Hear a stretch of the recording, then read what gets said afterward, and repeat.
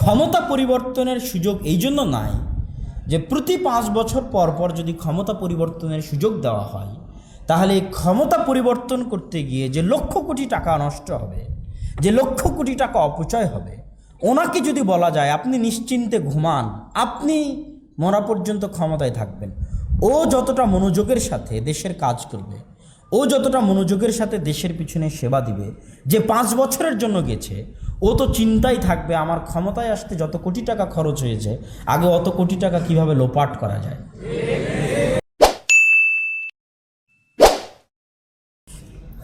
আসসালামু আলাইকুম ওয়া রাহমাতুল্লাহি ওয়া বারাকাতুহু।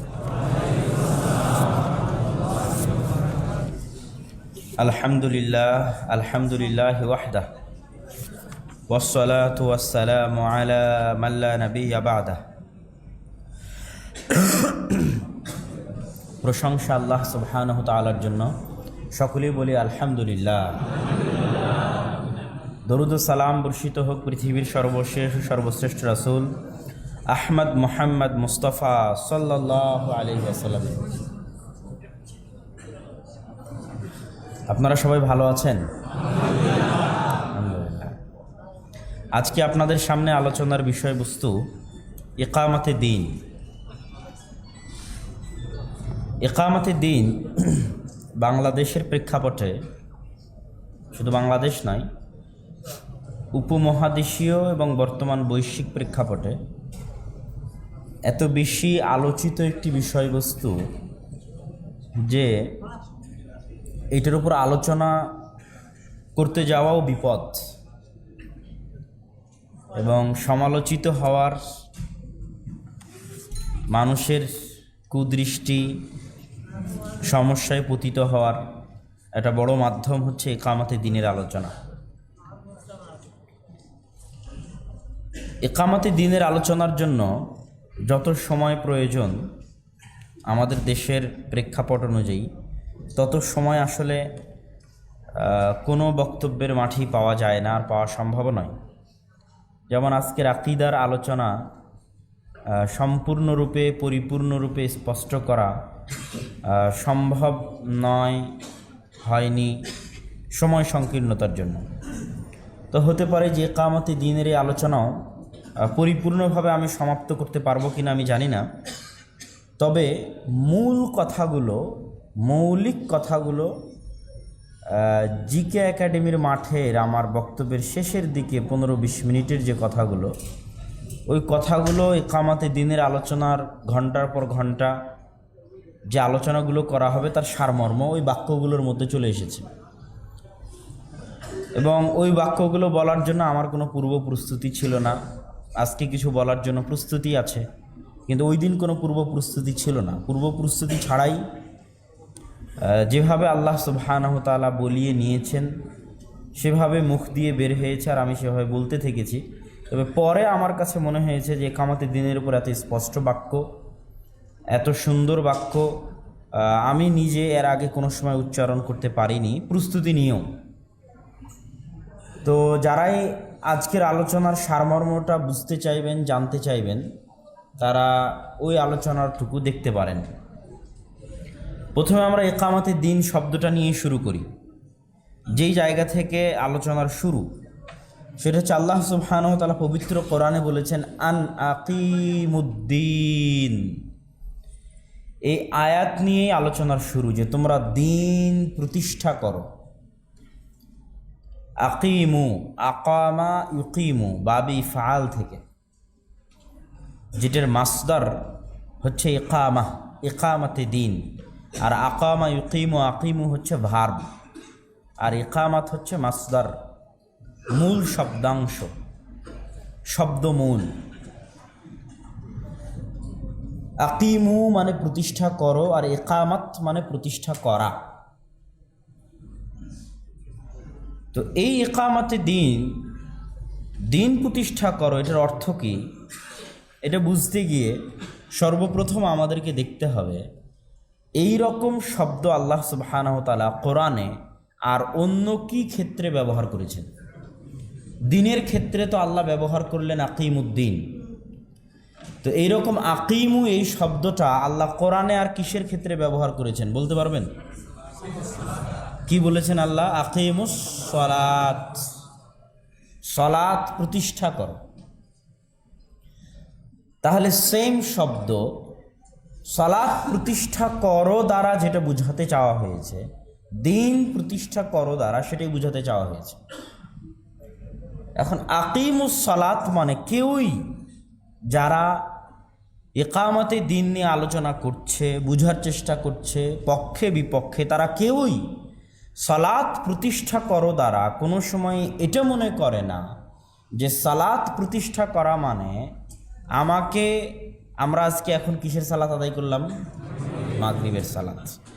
এই কুমারপাড়ার যেই জায়গাতে আজকে মসজিদ আর তাকওয়া অবস্থিত, এই মসজিদ আর তাকওয়ার কুমারপাড়ার সকল মানুষকে যদি আমরা আজকে মাগরিবের সালাত আদায় করাতে বাধ্য না করতে পারি, আজকে কি আমরা মাগরিবের সালাতে কুমারপাড়ার সব মানুষকে মাগরিবের সালাত আদায় করাতে পেরেছি? তাহলে কি আমরা মাগরিবের সালাত প্রতিষ্ঠা করলাম না? কথাটা বুঝতে পারেননি? তাহলে ইকামতে সালাত, আকিমুস সালাত মানে কি? আমি যদি আজকে পুরো সিলেটের সব মানুষকে মাগরিবের সালাত আদায় না করাতে পারি, তাহলে কি আমি সালাত প্রতিষ্ঠা করলাম না? তাহলে সালাত প্রতিষ্ঠা করা মানে কি?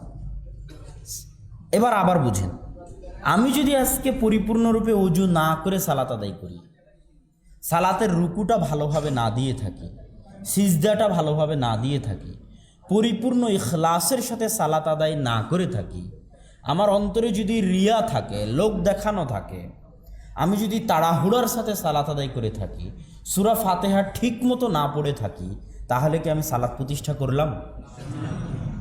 এটা কিন্তু স্বাভাবিক, সিম্পল, কমন বুঝ। যারা ইকামতে দিন নিয়ে তর্ক বিতর্ক করছে তারাও এটা বুঝে, যারা ইকামতে দিনের পক্ষে বিপক্ষে আলোচনা করছে তারাও এটা বুঝে যে ঠিক মতো ওযু না করে যদি সালাত আদায় করা হয় তাহলে ইকামতে সালাত হয়নি। ধীর স্থিরভাবে যদি সালাত আদায় না করা হয় তাহলে ইকামতে সালাত হয়নি। সালাতের যাবতীয় হুকুম আহকামকে পুঙ্খানুপুঙ্খ রূপে বাস্তবায়ন করে যদি সালাত আদায় না করা হয় তাহলে ইকামতে সালাত হয়নি। আমি জোহরের সালাতের ওয়াক্ত হওয়ার আগে আদায় করে নিলাম, মাগরিবের সালাত ওয়াক্ত পার হওয়ার পরে আদায় করলাম, জুমার সালাত 2 রাকাতের জায়গায় 4 রাকাত আদায় করলাম, তাহলে কি ইকামতে সালাত হলো না? তাহলে আকিমুদ্দিন এই শব্দটা বুঝার জন্য আগে আমাদেরকে আকিমুস সালাত বুঝতে হবে। আকিমুস সালাত মানে হচ্ছে সাধ্য অনুযায়ী নিজে সালাত আদায় করা। তাহলে আমি নিজে ইকামতে সালাত করলাম, সাধ্য অনুযায়ী নিজের সন্তান সন্ততিকে সালাত আদায় করতে বলা, তাহলে আমি তাদের মধ্যে ইকামতে সালাত করলাম।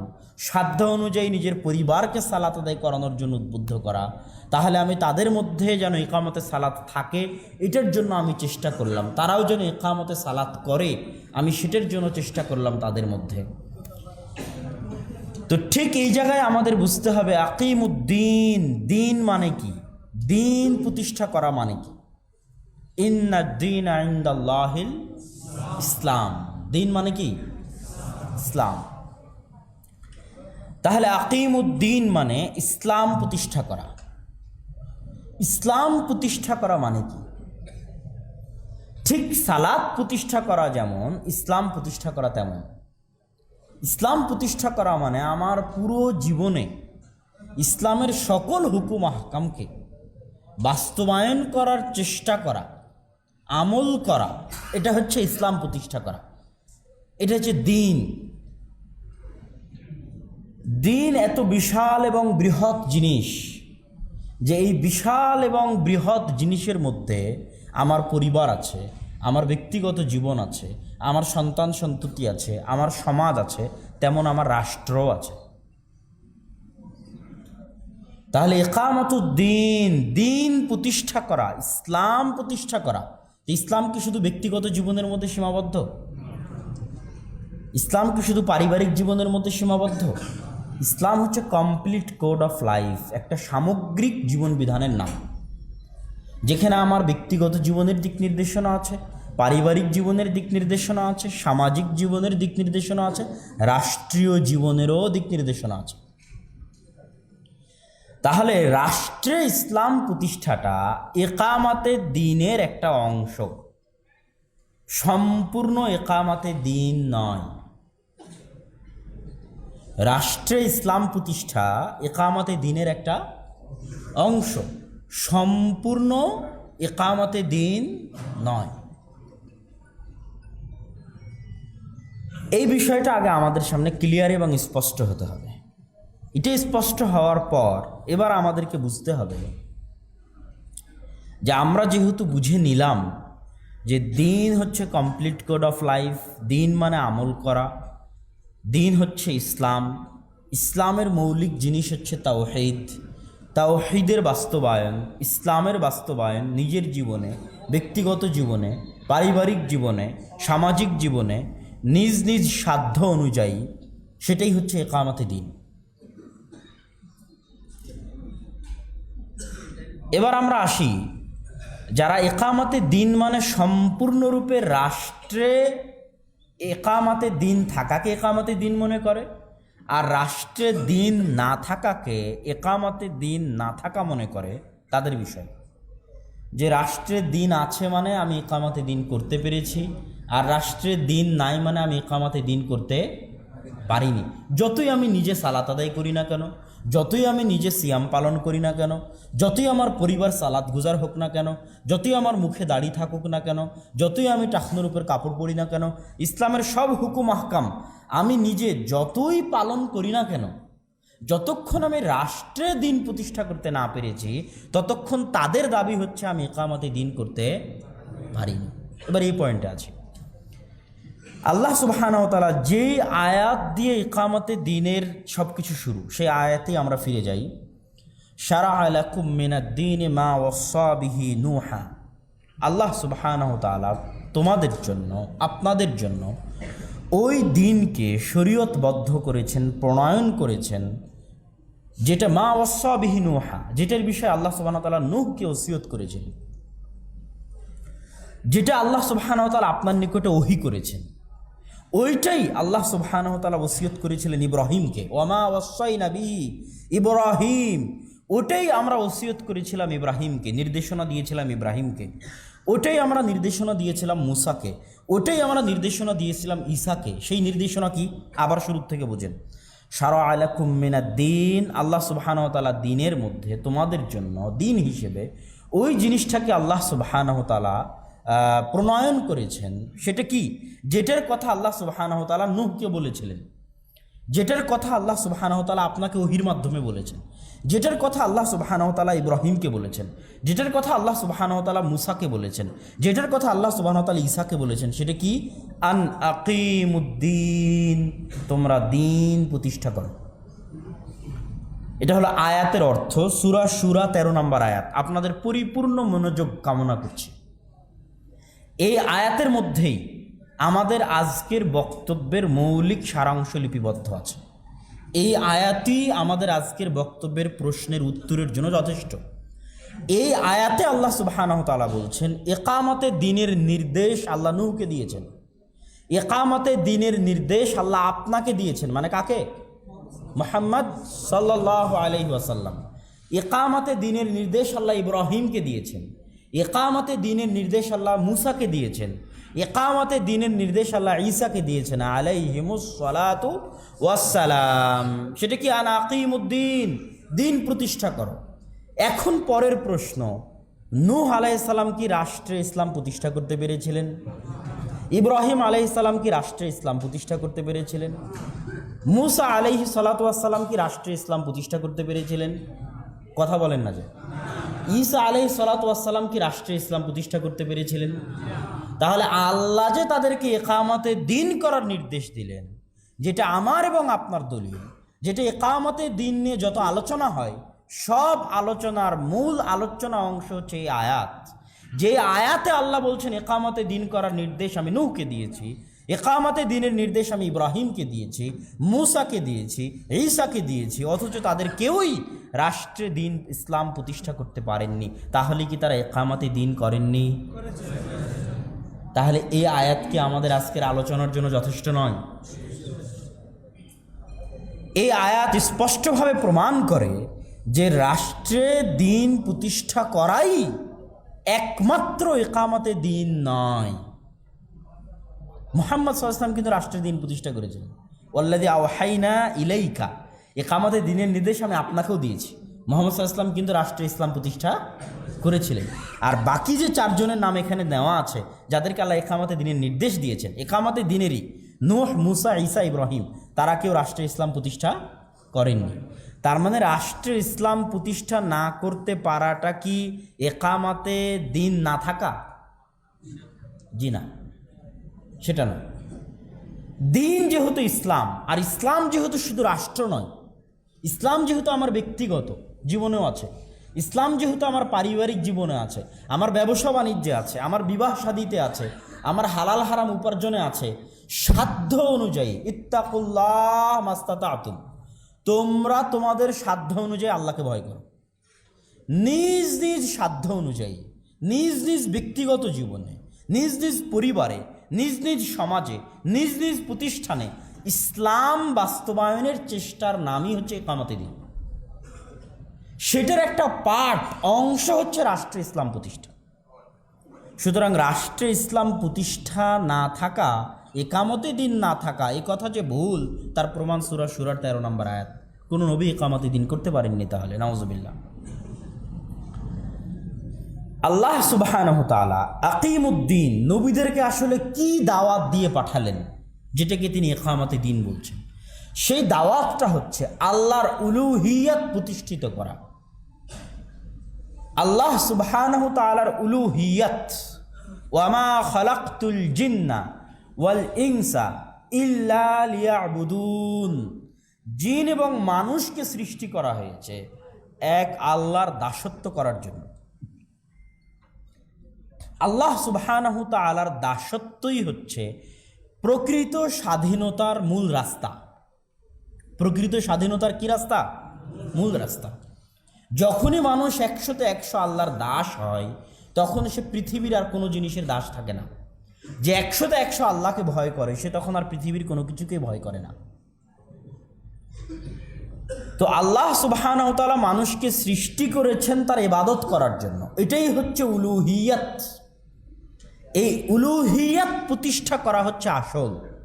আল্লাহ সুবহানাহু ওয়া তাআলা বলেননি যে তোমরা আল্লাহর হুকুমিয়াত, লা হাকিমা ইল্লাল্লাহ, নেই কোনো শাসক আল্লাহ ব্যতীত, তোমরা আল্লাহর হুকুমিয়াত প্রতিষ্ঠা করো, এটা আল্লাহ সুবহানাহু ওয়া তাআলা বলেননি। মুসা আলাইহিস সালাতু ওয়াস সালামের দাওয়াত কি এটা ছিল যে হে ফেরাউন, যেহেতু তুমি কাফের আর যেহেতু আমি মুসা আল্লাহর নবী, অতএব তুমি ক্ষমতা ছেড়ে দাও, আমি ক্ষমতা দখল করি? মুসা আলাইহিস সালাম কখনো কি ফেরাউনকে ক্ষমতা ছেড়ে দেওয়ার দাবি জানিয়েছিলেন? না, জানাননি। কিসের দাবি জানিয়েছিলেন বলেন তো? আল্লাহর উলুহিয়াত মেনে নেওয়ার দাবি জানিয়েছিলেন। কিসের দাবি? আল্লাহর উলুহিয়াত মানার দাবি। যে তুমি ফেরাউন, তুমি ক্ষমতাধর, ক্ষমতায় থাকো, কিন্তু তোমাকে দাসত্ব করতে হবে কার? আল্লাহ সুবহানাহু ওয়া তাআলা। এই দাওয়াত দিয়েছিলেন।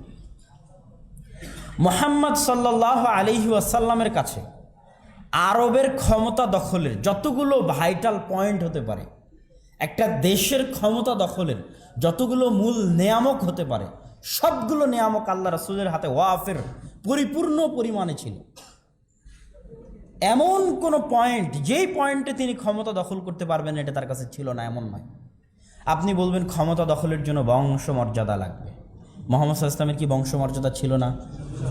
আজকের বাংলাদেশের ক্ষমতা দখলের জন্য হয় জিয়ার পরিবারের সদস্য হওয়া লাগবে, আর না হয় শেখ মুজিবুর রহমানের পরিবারের সদস্য হওয়া লাগবে, তাই নয় কি? আমি যদি এই দুই পরিবারের কোনো এক পরিবারের সদস্য হই, আমার জন্য ক্ষমতা দখল করা সহজ না কঠিন? সহজ। তাহলে ওই যুগের যারা মেইন শাসন ক্ষমতায় আছে, সেই শাসন ক্ষমতায় থাকা পরিবারের একজন গুরুত্বপূর্ণ সদস্যের নাম হচ্ছে মুহাম্মদ সাল্লাল্লাহু আলাইহি ওয়াসাল্লাম। তো তিনি কি শাসন ক্ষমতা দখল করতে পারবেন না? পারবেন।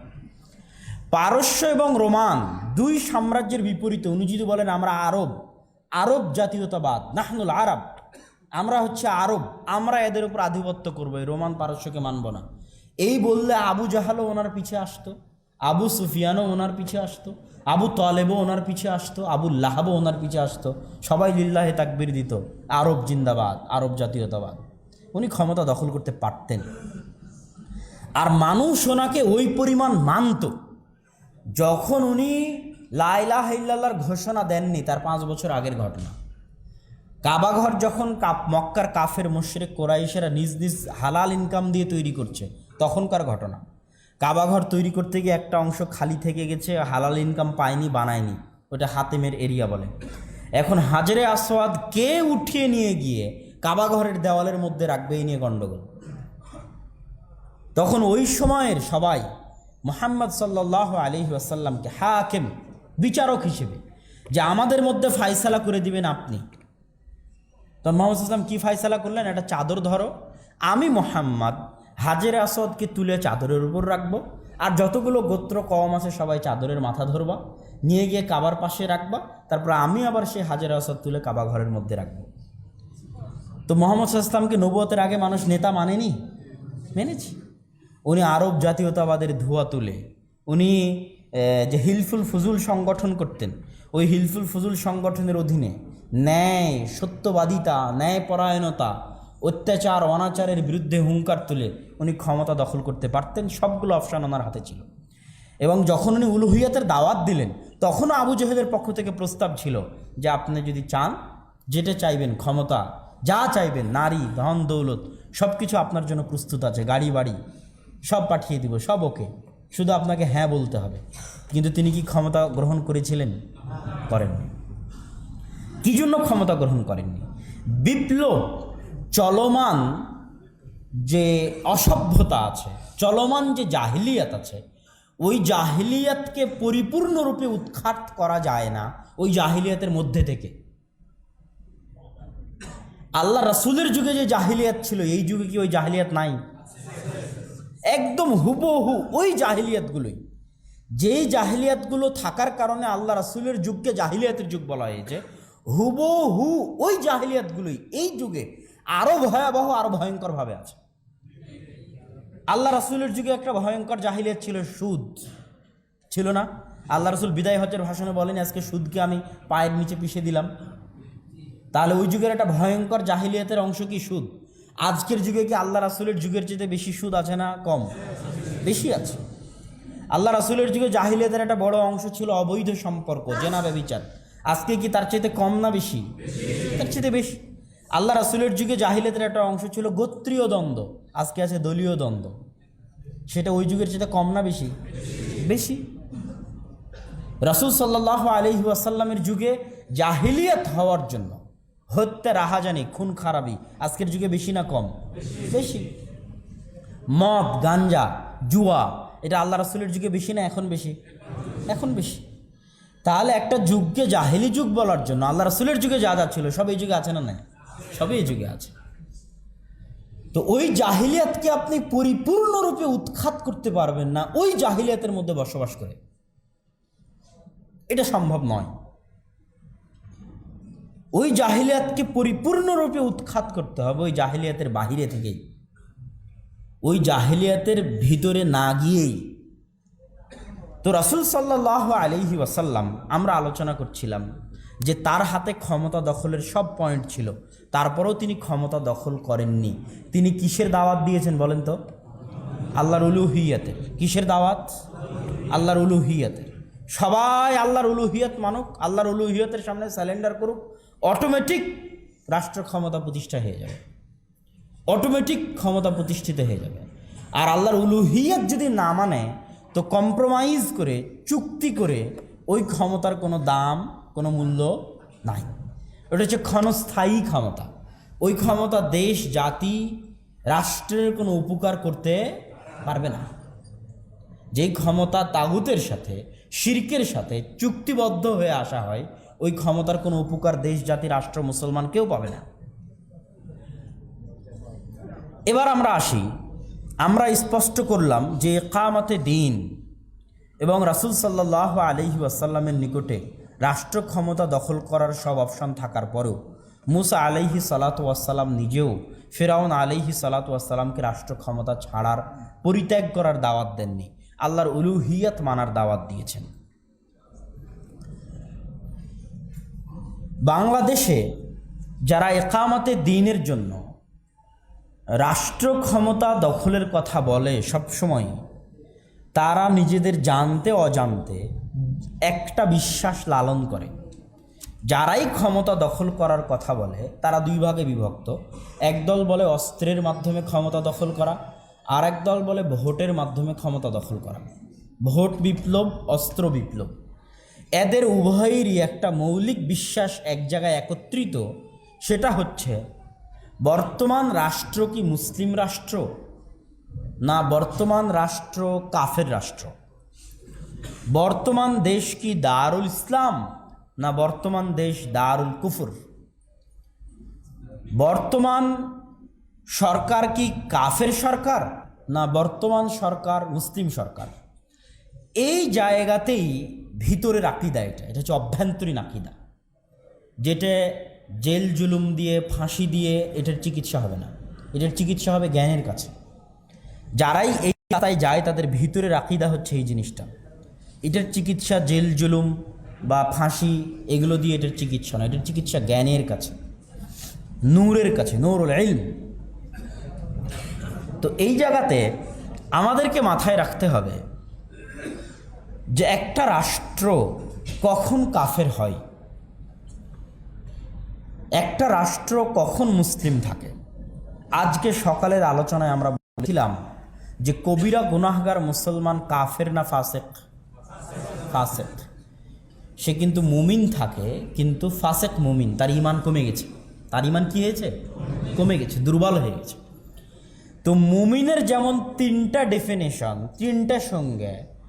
একটা হচ্ছে হয় মুমিন না হয় কাফের, আর একটা হচ্ছে মুমিন থাকা অবস্থায় পরিপূর্ণ ইমানদার, অপূর্ণাঙ্গ ইমানদার।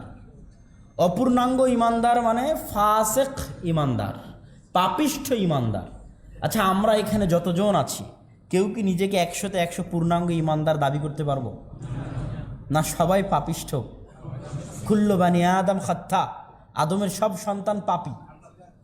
অখায়রুল খাত্তাইন আত-তাওয়াব, আর সর্বোত্তম পাপী হচ্ছে তওবাকারীরা।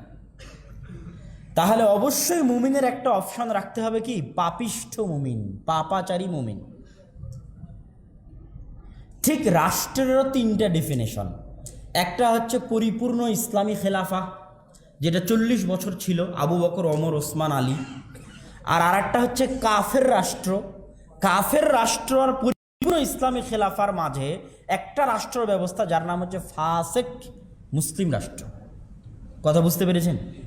যেমন ফাসেক মুমিন, যেরকম ফাসেক মুসলিম রাষ্ট্র। ইসলামে কেন্দ্রীয় শাসন ব্যবস্থার গুরুত্ব এত বেশি, এত বেশি। কেন্দ্রীয় শাসন ব্যবস্থা, ইসলাম গোত্রীয় শাসন ব্যবস্থাকে ধ্বংস করে, ধূলিসাৎ করে এক কেন্দ্রিক শাসন ব্যবস্থা চালু করেছে। এবং ইসলামে কেন্দ্রীয় শাসন ব্যবস্থার গুরুত্ব সীমাহীন ও অপরিসীম। এই কেন্দ্রীয় শাসন ব্যবস্থার উদাহরণ দিতে গিয়ে আমি আপনাদেরকে যেটা বলতে চাই সেটা হচ্ছে, রাসূল সাল্লাল্লাহু আলাইহি ওয়াসাল্লাম জামাতবদ্ধ জীবনযাপনের যত হাদিস উল্লেখ করেছেন, যে তোমাদেরকে জামাতবদ্ধ থাকতে হবে, এবং তোমরা যদি শাসককে জালেম দেখো, অত্যাচারী দেখো, তাহলে তোমরা শাসকের অত্যাচারের ওপর, জুলুমের ওপর ধৈর্য ধারণ করো। ওয়াইন যারাবাক ওয়াইন আখাযা মালাক, শাসক যদি তোমার পিঠের চামড়া মেরে ফাটিয়ে দেয়, তোমার ধন সম্পদ দখল করে নেয়, তবুও কি করো? কথা বলেন না যে? সহিহ মুসলিমের একটা অধ্যায় আছে, কিতাবুল ইমারাহ, ইমারত অধ্যায়। কি অধ্যায় বলেন তো? ইমারত অধ্যায়। ইমারত অধ্যায়ের হাদিসগুলো পড়লে আপনি আশ্চর্য হয়ে যাবেন। ইমারত অধ্যায়ের হাদিসগুলো আছে যে একটা দেশের আমিরের, একটা দেশের, আমরা একটু কথা কম বলি ভাইজানেরা, একটু হইচই বেশি হচ্ছে।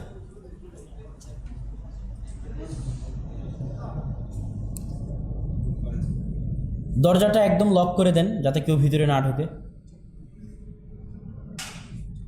একটা দেশের আমিরের, রাষ্ট্রনেতার নির্দেশ মানার ক্ষেত্রে এত কঠোর কঠোর হাদিস কল্পনা করতে পারবেন না। এত কঠোর কঠোর হাদিস। যে যদি তোমাদের উপর হাবশি গোলাম, গোলাম কোনোদিন বাদশাহ হতে পারে না ইসলামের নিয়মে। ইসলামের নিয়মে গোলাম কোনো সময় শাসক হতে পারে না, শাসক হতে হবে স্বাধীন।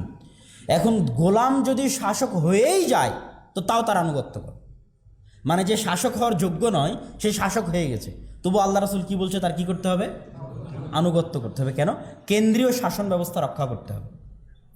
কেন্দ্রীয় শাসন ব্যবস্থা যদি না থাকে তো একদিন আপনি রাষ্ট্র চালাতে পারবেন না, একদিন রাষ্ট্র ধ্বংস হয়ে যাবে, নিরাপত্তা থাকবে না, আমন সালামা থাকবে না। নিরাপত্তা হচ্ছে আ'যামুন নি'মা, সবচেয়ে বড় নিয়ামত।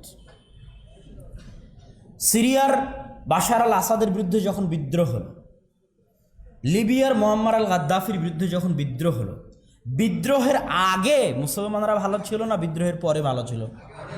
বিদ্রোহের আগে ভালো ছিল। কেন? বিদ্রোহের আগে ছিল আমন সালামা, অত্যাচারী শাসন ছিল কিন্তু সামগ্রিকভাবে নিরাপত্তা বজায় ছিল। আমি বাড়ির থেকে বের হয়ে গেলে আমার বাড়ির ধন সম্পদ কেউ জোর করে চুরি করে নিবে, রাস্তাঘাটে বের হলেও কেউ বুকে গুলি ধরে টাকা পয়সা বের করে নিবে, তারপরে হচ্ছে বাড়িতে আমার স্ত্রী পুত্রকে ধর্ষণ করা হবে, আমি বাড়িতে ছেলে মেয়ে একাই রেখে বাইরে যেতে পারবো না। এই যে একটা অনিরাপত্তা, এই অনিরাপত্তা কি ছিল? ছিল না। আজকেও আপনি বাংলাদেশে যদি মনে করেন করবেন তো সে অনিরাপত্তা চলে আসবে। ওই অনিরাপত্তাটা সামগ্রিকভাবে দেশ, জাতি, রাষ্ট্র, মুসলমানদের জন্য ক্ষতিকর। এই জন্য কেন্দ্রীয় শাসন ব্যবস্থার ইসলামে খুবই গুরুত্ব।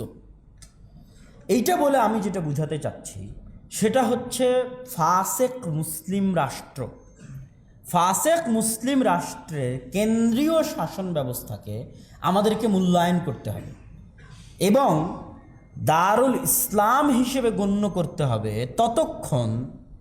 ততক্ষণ দারুল ইসলাম হিসেবে গণ্য করতে হবে যতক্ষণ বসবাসকারী জনগণ অধিকাংশ, যতক্ষণ সামগ্রিক সামাজিক সাংস্কৃতিকভাবে ইসলামের প্রাধান্য, যতক্ষণ ইসলামের প্রকাশ্য আমলগুলো করতে বাধা প্রদান না করা হয় ততক্ষণ, এবং যতক্ষণ শাসকের পক্ষ থেকে প্রকাশ্য কুফরি না দেখা যায় ততক্ষণ সেটাকে ফাসেক মুসলিম রাষ্ট্র মনে করতে হবে।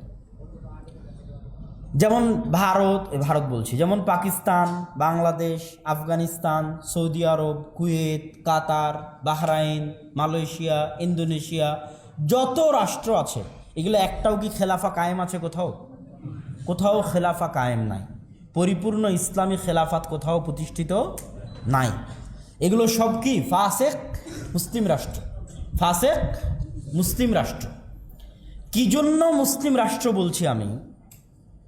এই রাষ্ট্রগুলো ইসলামের সামাজিক হুকুম আহকাম এবং ইসলামের পারিবারিক ও ব্যক্তিগত হুকুম আহকাম পালন করতে কোনো প্রকার বাধা প্রদান করে না। ব্যক্তিগত হুকুম আহকাম মানে সালাত আদায়ে বাধা প্রদান করে না, সিয়াম পালনে বাধা প্রদান করে না। তারপরে হচ্ছে আপনার সামাজিক হুকুম আহকাম মানে কুরবানি করতে বাধা প্রদান করে না, ঈদুল ফিতর পালন করতে বাধা প্রদান করে না, হজ পালনের ক্ষেত্রে বাধা প্রদান করে না, হজ পালনের ক্ষেত্রে সহযোগিতা করে। পারিবারিক আইন মানে আমি মারা গেলে আমার ধন সম্পদ ইসলামী আইন অনুযায়ী বন্টন হবে, যদি আমি এটা চাই তাহলে আমি এটা করতে পারবো। আমার বিবাহ, আমার তালাক ইসলামী আইন অনুযায়ী আমি করতে পারবো। তো এই যে ব্যক্তিগত যে ফ্যামিলি লগুলো আছে ইসলামের এবং পারিবারিক সামাজিক যে বিধিবিধানগুলো আছে ইসলামের, এগুলো মোটামুটি সব মুসলিম রাষ্ট্রে পালিত এবং লালিত। কোনটা নাই মুসলিম রাষ্ট্রগুলোতে? ক্রিমিনাল ল, অপরাধ সংশ্লিষ্ট যে বিধানগুলো, এই অপরাধ সংশ্লিষ্ট বিধানগুলোর বাস্তবায়ন নাই। কেউ চুরি করলে হাত কাটতে হবে, কেউ কাউকে হত্যা করলে কিসাস করতে হবে, কেউ কাউকে জেনা করলে রজম করতে হবে, 100 লাঠি পিটাতে হবে, মদ খেলে 40 লাঠি পিটাতে হবে। এই যে ক্রিমিনাল লগুলো, এগুলোর বাস্তবায়ন নাই। কিন্তু একটা রাষ্ট্র আপনাকে ইসলামের সামাজিক এবং ব্যক্তিগত বিধান পালনে সহযোগিতা করে। আপনি যখন হজ করতে যান আপনাকে রাষ্ট্র সহযোগিতা করে না? করে। আপনি যখন ঈদুল ফিতর, ঈদুল আজহা পালন করতে যান আপনাকে রাষ্ট্র সহযোগিতা করে না? করে। তাহলে ইসলামের ব্যক্তিগত সামাজিক হুকুম আহকাম পালনে যে রাষ্ট্র সহযোগিতা করে, বাধা প্রদান করে না, যে রাষ্ট্রের সামগ্রিকভাবে এবং ইসলামের সমাজ সংস্কৃতির প্রাধান্য রয়েছে সামগ্রিকভাবে, এবং যেই রাষ্ট্রের সরকার নামকা অস্তে হলেও মুসলিম, সরকার প্রধান নামকা অস্তে হলো, যদি কাফের হয় তখন ওটাকে আর মুসলিম রাষ্ট্র বলার অবকাশ থাকে না। নামকা অস্তে হলেও যখন মুসলিম তখন সেটাকে ফাসেক মুসলিম রাষ্ট্র বলতে হবে। এখানে একটা কোশ্চেন আসে যে ফামাল্লাম ইয়াহকুম বিমা আনজালাল্লাহ ফাউলাইকা হুমুল ফাসিকুন ফাউলাইকা হুমুল যালিমুন ফাউলাইকা হুমুল কাফিরুন। আল্লাহর বিধান অনুযায়ী যারা ফায়সালা করে না, যাদেরকে দেখতে পাচ্ছি প্রকাশ্যে আল্লাহর বিধান লঙ্ঘন করতেছে, তারপরেও কিভাবে আমি তাদেরকে মুসলিম বলবো এবং তাদেরকে মুসলিম শাসক বলবো, এটা কিভাবে? এই জিনিসটা নিয়ে অনেকের মনে প্রশ্ন দেখা দেয়। এটা হচ্ছে ইসলামে কাউকে কাফের বলার আগে তাকে দুইটা সুযোগ দিতে হয়। একটা হচ্ছে জাহেল হওয়ার সুযোগ, আর একটা হচ্ছে তাবিল করার সুযোগ। যে কাউকে কাফের ফতোয়া দেওয়ার আগে কি সুযোগ দিতে হয়?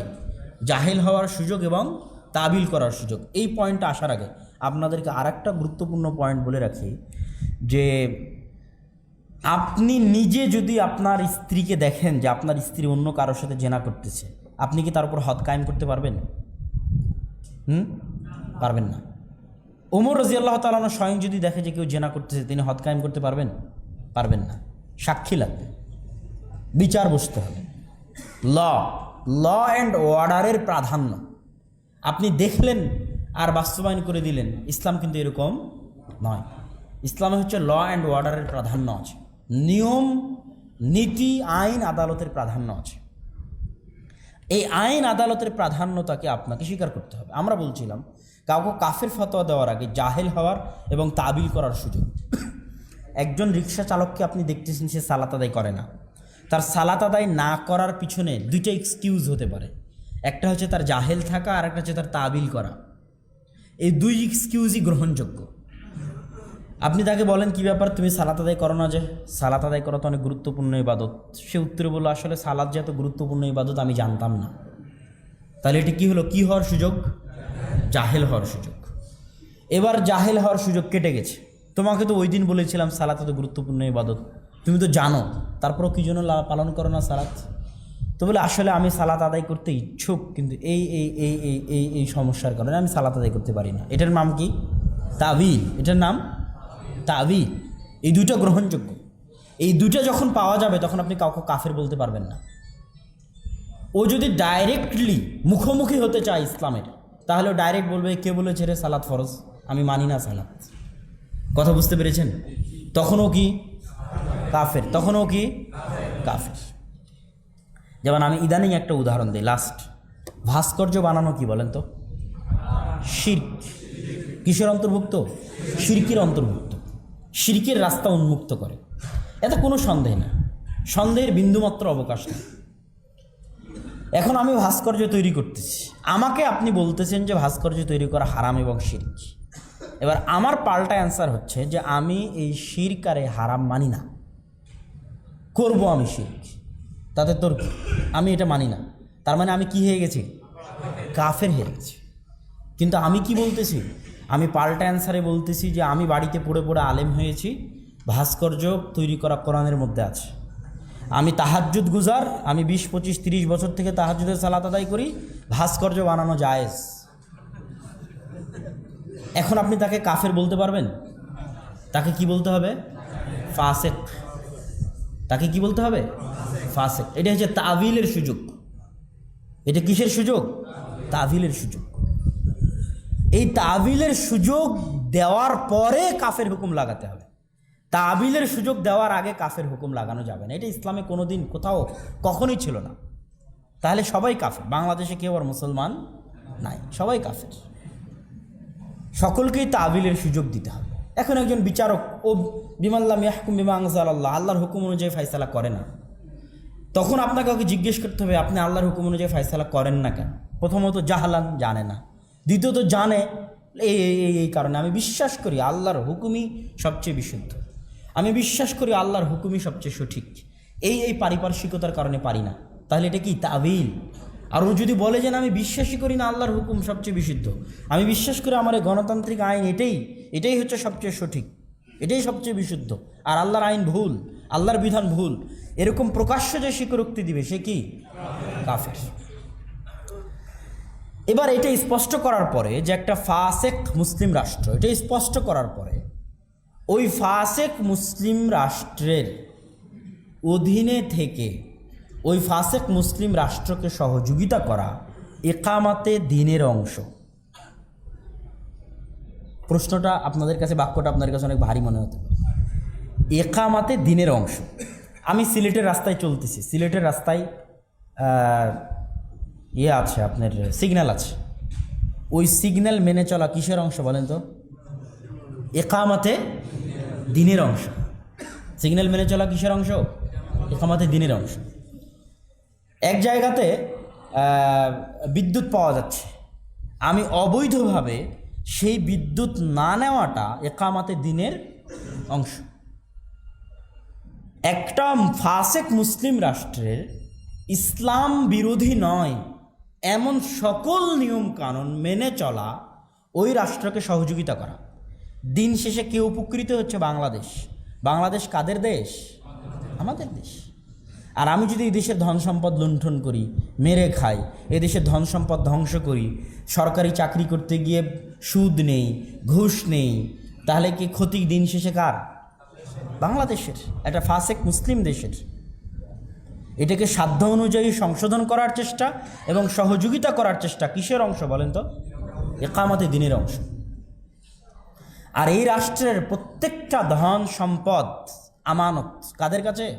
মুসলমানদের কাছে। কাদের কাছে? মুসলমানদের কাছে।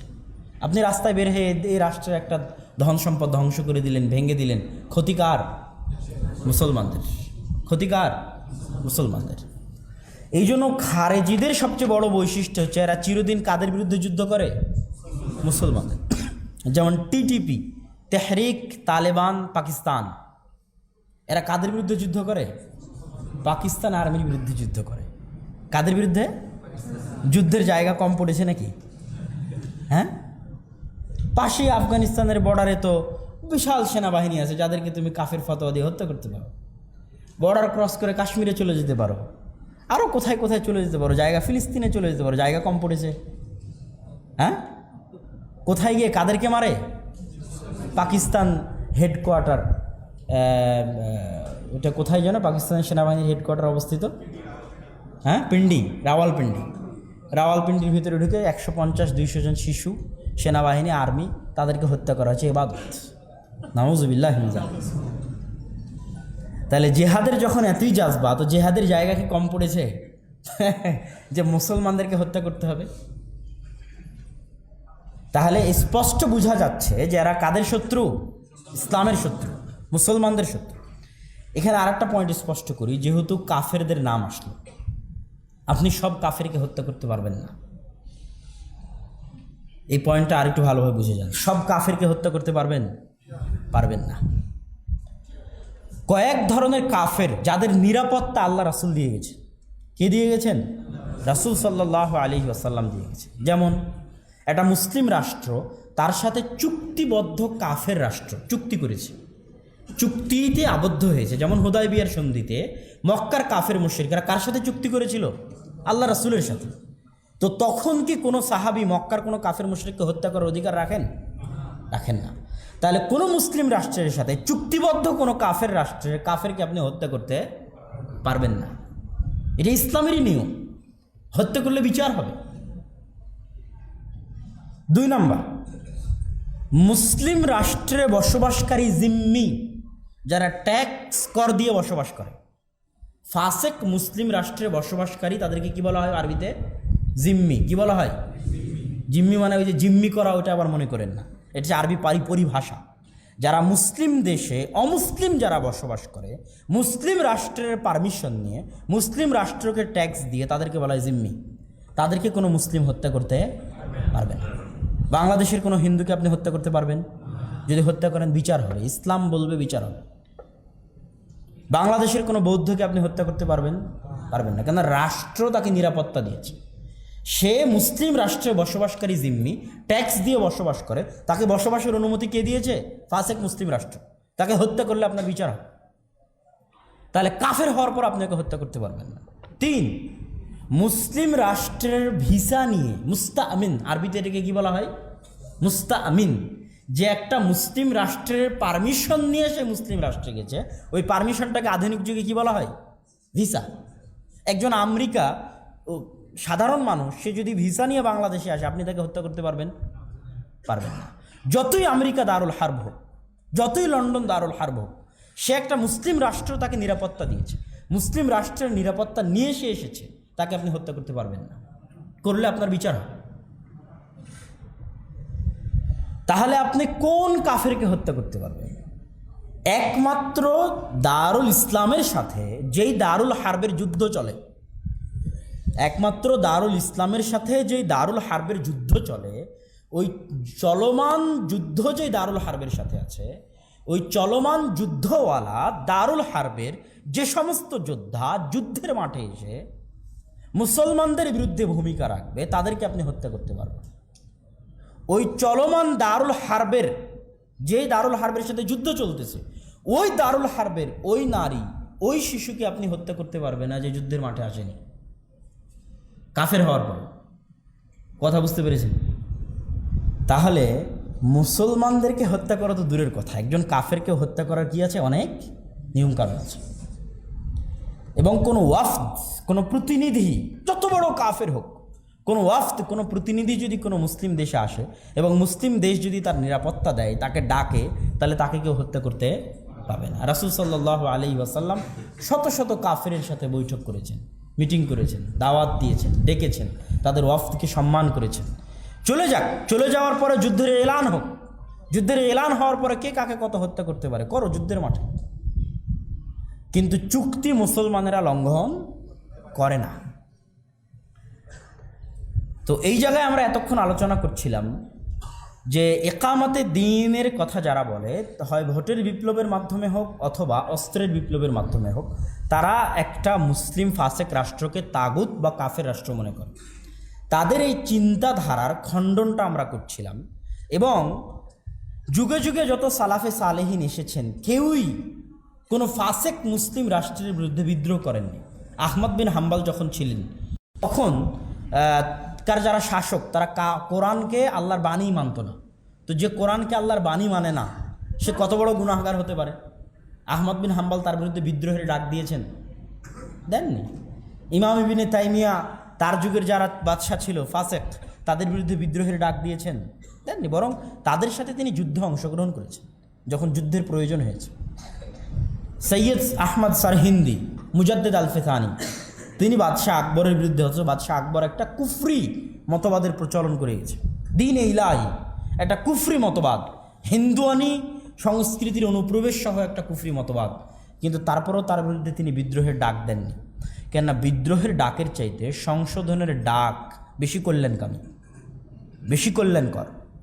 এবার আমরা আসি ভোটের পদ্ধতির মধ্যে। ভোটের পদ্ধতির মধ্যে যেটা সমস্যা, সেটা হচ্ছে গণতান্ত্রিক ব্যবস্থা রাখাই হয় একটা দেশের শাসক ইচ্ছামতো পরিবর্তন করতে পারার চান্স নেওয়ার জন্য। গণতান্ত্রিক সিস্টেম রাখাই হয় একটা দেশের শাসক কী করার জন্য? ইচ্ছামতো পরিবর্তন করতে পারার জন্য। আজকের সৌদি আরবের যারা শাসক আছে, তাদের যতই বন্ধুত্ব দেখাক আমেরিকা, ইসরায়েল, ব্রিটিশ, তারা সবসময় চায় যে ওই দেশগুলোতে গণতন্ত্র আসুক। কেন? আজকে গণতন্ত্র না থাকার কারণে তারা ইচ্ছামতো শাসক পরিবর্তন করতে পারতেছে না। এখন বাদশাহ সালমানের পরে মোহাম্মদ বিন সালমানই বাদশাহ হবে, এখন তাকে তো আর পরিবর্তন করার সুযোগ নাই। তখন তাকেই কিভাবে সংশোধন করা যায়, ম্যানেজ করা যায়, এটা তো অনেক ঝামেলার কাজ, অনেক কঠিন কাজ। তাহলে স্থায়ী শাসক পরিবারের পর পরিবার, বংশের পর বংশ থাকতেছে, এটা তাদের জন্য অনেক রিস্ক।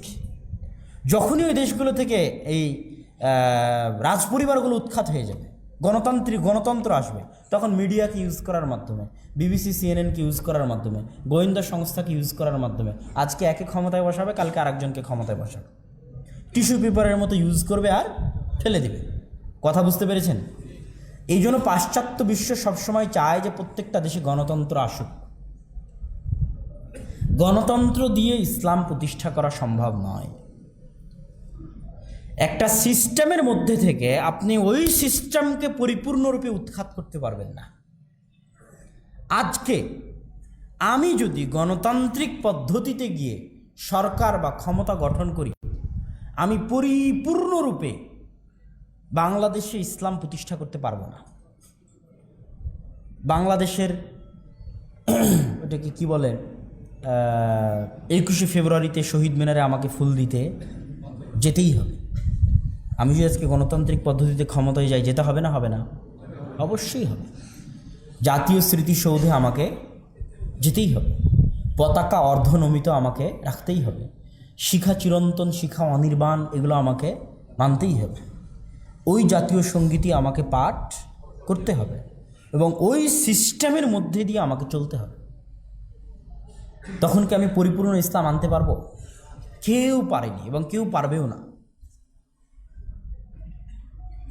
পরিপূর্ণ ইসলাম আনতে হবে এই সিস্টেমের বাইরে থেকে, পরিপূর্ণরূপে এই সিস্টেমকে উৎখাত করা।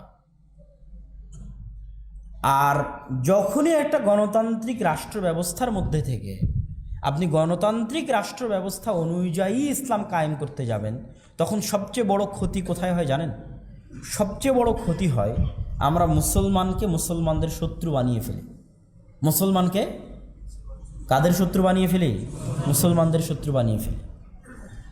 আমি যত স্মুথলি, যত সুন্দরভাবে দাওয়াতি কাজ করে একজন এমপিকে হেদায়েত করতে পারতাম, সংশোধন করতে পারতাম, দিনের রাস্তায় আনতে পারতাম, কিছুটা পরিবর্তন আনতে পারতাম, যখন আমি তার বিপরীতে দাঁড়িয়ে যাই, তখন ইসলামকে সে কি মনে করে? শত্রু মনে করে। সে কাকে শত্রু মনে করে? ইসলামকে শত্রু মনে করে। অথচ ইসলাম কি তার শত্রু? ইসলাম কিন্তু তার শত্রু নয়। এই জন্য গণতান্ত্রিক সিস্টেমটা মুসলমানদেরকে ইউজ করার একটা সর্বোত্তম এবং সবচেয়ে চমৎকার একটা মাধ্যম। গণতান্ত্রিক রাষ্ট্র ব্যবস্থায় কিছুটা উন্নতি, কিছুটা ভালোভাবে দেশ চালানো সম্ভব। সেটা কি দিয়ে সম্ভব? যখন গণতান্ত্রিক রাষ্ট্র ব্যবস্থার প্রতিষ্ঠানগুলো হয় আজাদ, প্রতিষ্ঠানগুলো হয় স্বাধীন। এই পয়েন্টটা আরেকটু ব্যাখ্যা করি আপনাদেরকে। গণতান্ত্রিক রাষ্ট্র ব্যবস্থায় একটা সরকার আসে কয় বছরের জন্য? 5 বছর অথবা 4 বছরের জন্য। কিন্তু ওই গণতান্ত্রিক রাষ্ট্র ব্যবস্থায় আমি যদি আজকে পুলিশে যোগ দিই, তাহলে আমি কি 5 বছরের জন্য পুলিশ? হ্যাঁ না, রিটায়ার হওয়া পর্যন্ত পুলিশ। ওই গণতান্ত্রিক রাষ্ট্র ব্যবস্থায় যদি আমি আর্মি হই, তাহলে কি আমি 5 বছরের জন্য আর্মি? না, রিটায়ার হওয়া পর্যন্ত আর্মি। আমি যদি জজ হই তো 5 বছরের জন্য, না রিটায়ার হওয়া পর্যন্ত? রিটায়ার হওয়া পর্যন্ত। তাহলে একটা গণতান্ত্রিক রাষ্ট্র ব্যবস্থায় 5 বছরের যে পরিবর্তন, এই পরিবর্তনটা আসল পরিবর্তন নয়। প্রতিষ্ঠানগুলোকে স্বাধীন করা হচ্ছে আসল পরিবর্তন। এবং যে দেশগুলোতে গণতন্ত্রের মাধ্যমে কিছুটা ন্যায় নীতি কায়েম আছে, তাদের মূল কারণ হচ্ছে তাদের প্রতিষ্ঠানগুলো কি স্বাধীন। তাদের প্রতিষ্ঠানগুলো মেরিটের ভিত্তিতে এবং লয়ের ভিত্তিতে কাজ করে। প্রতিষ্ঠানগুলো স্বাধীন। আর আমাদের দেশের প্রতিষ্ঠানগুলো স্বাধীন নয়।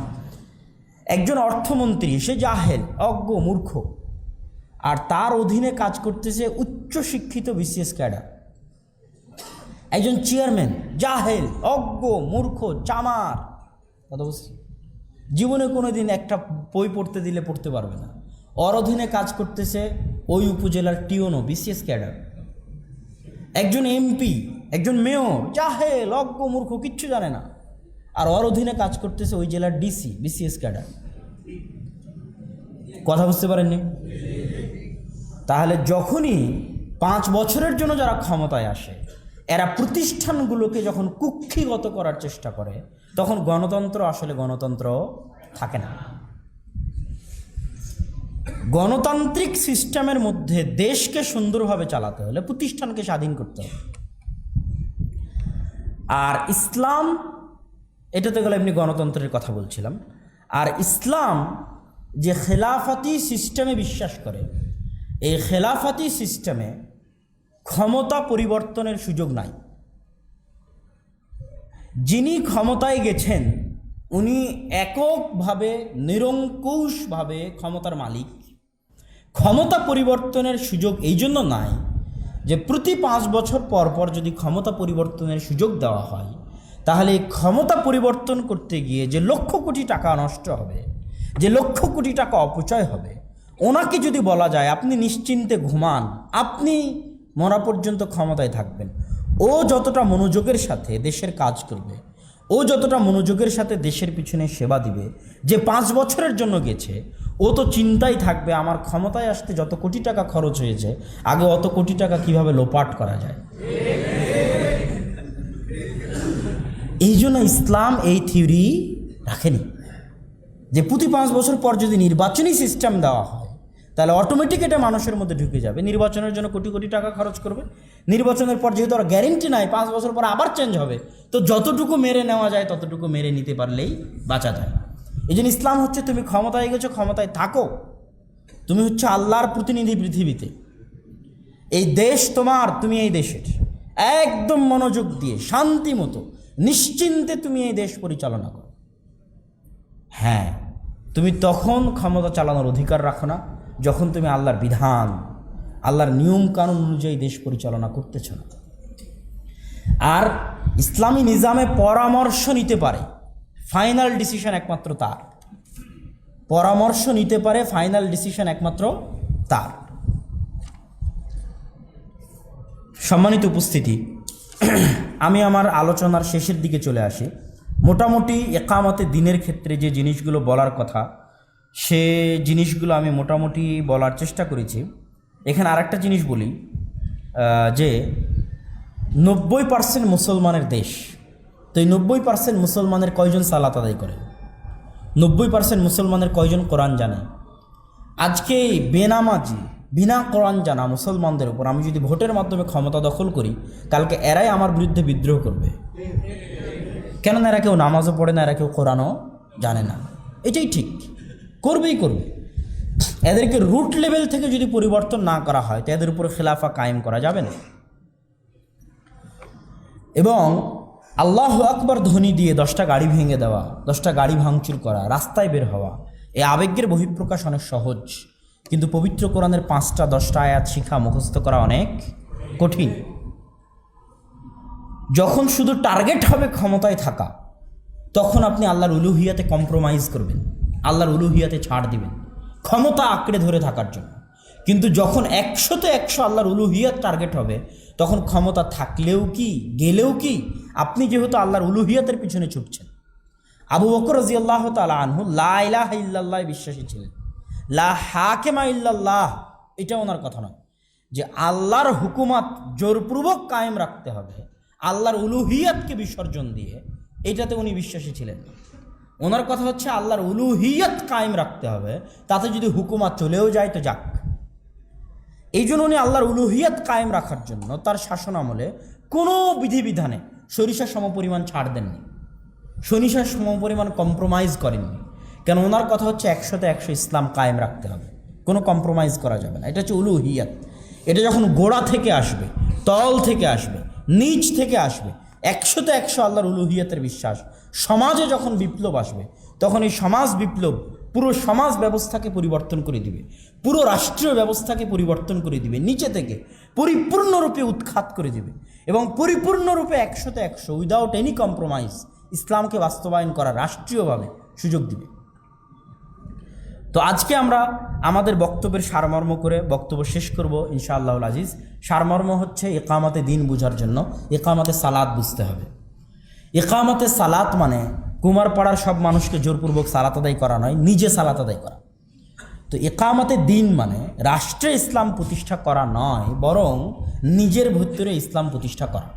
তবে রাষ্ট্রে ইসলাম প্রতিষ্ঠা করা ইকামতে দিনের বৃহৎ অংশের একটা অংশ।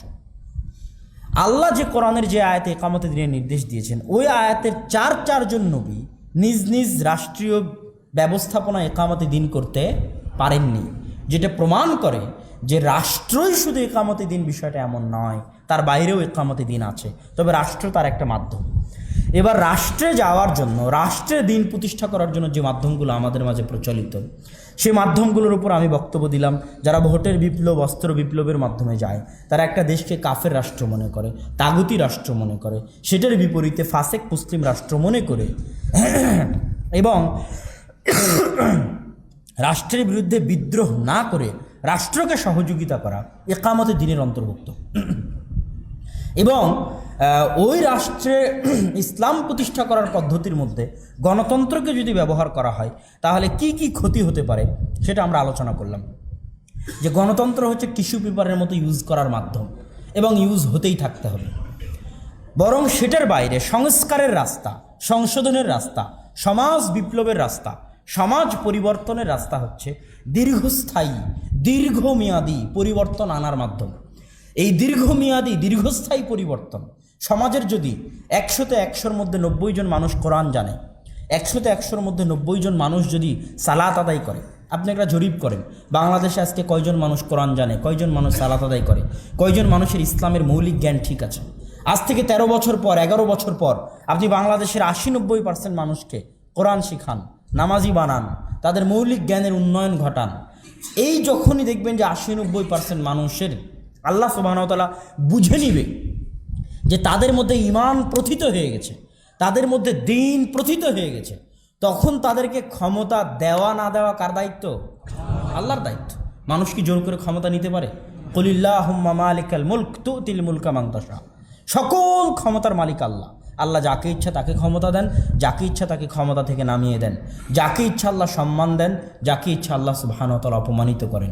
এখানে আল্লাহর আনুগত্যটাই মেইন, আল্লাহর দাসত্বটাই মূল। আল্লাহর দাসত্বকে 100তে 100 অবিকৃত রেখে, অক্ষত রেখে যখন একটা সমাজের অধিকাংশ মানুষ ওই রকম একটা পর্যায়ে চলে যাবে, তখন আল্লাহ সুবহানাহু ওয়া তাআলা তাদেরকে ক্ষমতা দিবেন। এটা আল্লাহর ওয়াদা। আল্লাহ সুবহানাহু ওয়া তাআলা আমাদেরকে ইকামতে দ্বীন প্রতিষ্ঠা করার সঠিক রাস্তায় এগিয়ে যাওয়ার তৌফিক দান করুক। আল্লাহুম্মা আমিন। ওয়া আখিরু দাওয়ানা আনিল হামদুলিল্লাহি রাব্বিল আলামিন। আসসালামু আলাইকুম ওয়া রাহমাতুল্লাহি ওয়া বারাকাতুহু।